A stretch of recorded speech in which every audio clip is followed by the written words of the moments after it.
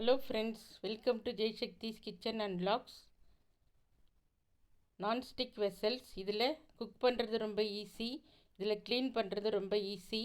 இதில் கம்மியான ஆயில் நம்ம யூஸ் பண்ணி சமைக்கிறதால அது ஒரு ஹெல்த்தி குக்கிங்காகவும் இருக்குது. ஆனால் ஒரே ஒரு விஷயம் என்னென்னா, இந்த கோட்டிங் போன பாத்திரத்தை மட்டும் நம்ம யூஸ் பண்ணவே கூடாது.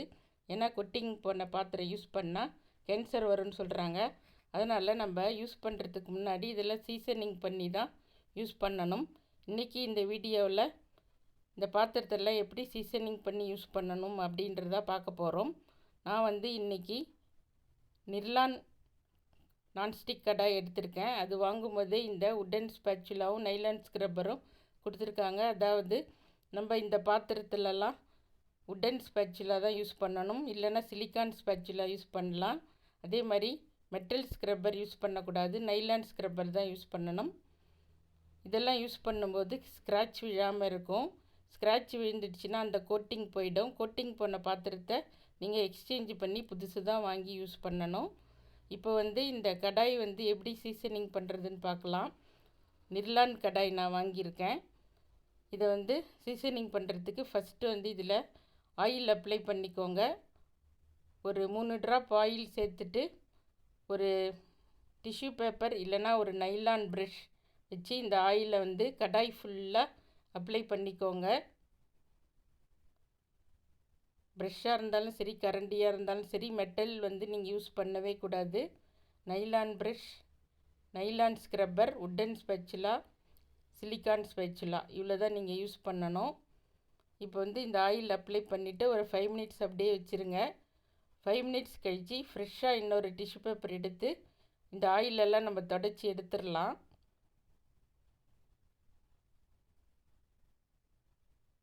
கொஞ்ச நேரம் ஊற வச்சுட்டு அதுக்கப்புறமா இந்த ஆயிலை தொடச்சி எடுத்துருங்க.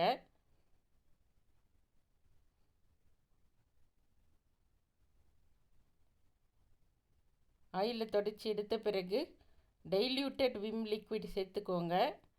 சேர்த்துட்டு நம்ம வச்சுருக்க நைலான் ஸ்க்ரப்பரை வச்சு அதை க்ளீன் பண்ணிவிட்டு வாஷ் பண்ணி எடுத்துன்னு வந்துடலாம். இந்த விம் லிக்விடை நல்லா ஸ்ப்ரெட் பண்ணிக்கோங்க. அந்த ஆயிலெலாம் போகிற அளவுக்கு நம்ம விம் லிக்விட் தேய்ச்சிட்டு இப்போ வாஷ் பண்ணி எடுத்துகிட்டு வந்துடுறேன்.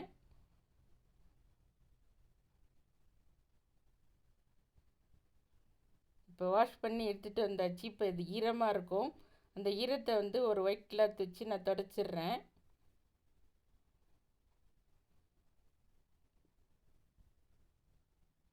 அதுக்கப்புறம் நம்ம இது வரைக்கும் செஞ்ச ப்ராசஸை திரும்ப ரிப்பீட் பண்ண போகிறோம். திரும்பவும் அதில் ஒரு 3 ட்ராப் ஆயில் சேர்த்துக்கோங்க. சேர்த்துட்டு ஒரு டிஷ்யூ பேப்பர் வச்சு இந்த ஆயிலை நல்லா ஸ்ப்ரெட் பண்ணிக்கோங்க.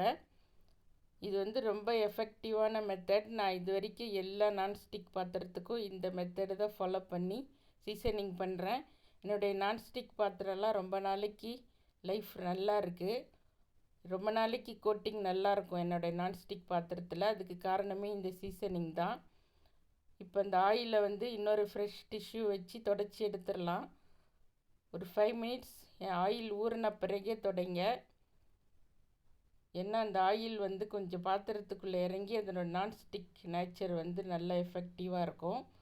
அதுக்கப்புறம் இந்த ஆயிலை தொடச்சிட்ட பிறகு திரும்பவும் விம் லிக்விட் சேர்த்து நைலான் ஸ்க்ரப்பர் வச்சு தேய்ச்சிட்டு அதை உடனே வாஷ் பண்ணி எடுத்துடலாம். ஆயில் மட்டும் ஊற வச்சுட்டு நீங்கள் துடைக்கணும். இது உடனே நீங்கள் வாஷ் பண்ணிடலாம். இப்போ நான் இதை வாஷ் பண்ணி கொண்டு வந்துட்டேன். இப்போ அது ஈரமாக இருக்கும். திரும்ப அந்த ஒயிட் கிளாத் வச்சு தொடச்சி எடுத்துடலாம். இந்த மெத்தட் ரொம்ப எஃபெக்டிவாக இருக்குது. நான் எல்லா நான்ஸ்டிக் பாத்திரத்துக்கும் யூஸ் பண்ணி கோட்டிங் நல்லா இருக்கிறதால தான் இதை உங்களோடெல்லாம் ஷேர் பண்ணுறேன். நீங்களும் செஞ்சு பாருங்கள், உங்கள் ஃப்ரெண்ட்ஸுக்கும் ஷேர் பண்ணுங்கள். ஏதாவது டவுட் இருந்தாலும் கமெண்ட்ஸில் கேளுங்க, நான் உடனே பதில் சொல்கிறேன். இப்போ ஆயில் அப்ளை பண்ணிவிட்டு குக்கிங் பண்ணுற வரைக்கும் மூடி வச்சிடலாம். நான் காலையில் சீசனிங் பண்ணிவிட்டு மூடி வச்சுட்டேன். அதுக்கப்புறம் மத்தியானம் இதில் பொட்டேட்டோ ஃப்ரை பண்ணேன். அந்த பொட்டேட்டோ ஃப்ரை ஃபஸ்ட்டு இதில் பண்ணியிருக்கேன். அதையும் அந்த ரெசிப்பியும் உங்களுக்கு காமிக்கிற பாருங்கள். இது காலையில் சீசனிங் பண்ணி மூடி வச்சுட்டு மத்தியானமாக தான் நான் பொட்டேட்டோ ஃப்ரை பண்ணேன். பொட்டேட்டோ ஃப்ரை பண்ணுறதுக்கு பொட்டேட்டோ தோல் சீவிட்டு பொடியாக கட் பண்ணி ஒரு மீடியம் சைஸில் கட் பண்ணி கொஞ்சமாக தண்ணி சேர்த்துருக்கேன். ஒன்றரை டீஸ்பூன் குழம்பு மிளகாத்தூள், 1/4 டீஸ்பூன் மஞ்சத்தூள், அரை டீஸ்பூன் சோம்புத்தூள், அரை டீஸ்பூன் உப்புத்தூள் சேர்த்துட்டு உடன் ஸ்பேச்சுலாவால் நல்லா மிக்ஸ் பண்ணி கொடுங்க. இது செய்கிறதுக்கு மொத்தமே 10 நிமிஷம்தான் ஆச்சு எனக்கு. இதில் நான்ஸ்டிக் கடாயில் ஃப்ரைலாம் ரொம்ப சீக்கிரமாக பண்ணிடலாம். எண்ணெயும் கொஞ்சமாக தான் செலவாகும், சீக்கிரமாகவும் குக் பண்ணிடலாம். பசங்க ஸ்கூலுக்கு அனுப்பும்போது இந்த பாத்திரம்லாம் உங்களுக்கு ரொம்ப யூஸ்ஃபுல்லாக இருக்கும். இப்போ கொதி வந்த உடனே ஜிம் பண்ணிடலாம். ஜிம் பண்ணி மூடி வச்சுருங்க. ஒரு 3 மினிட்ஸ் அப்படியே இருக்கட்டும். 3 மினிட்ஸ் கழித்து நம்ம திறந்து பார்க்கலாம்.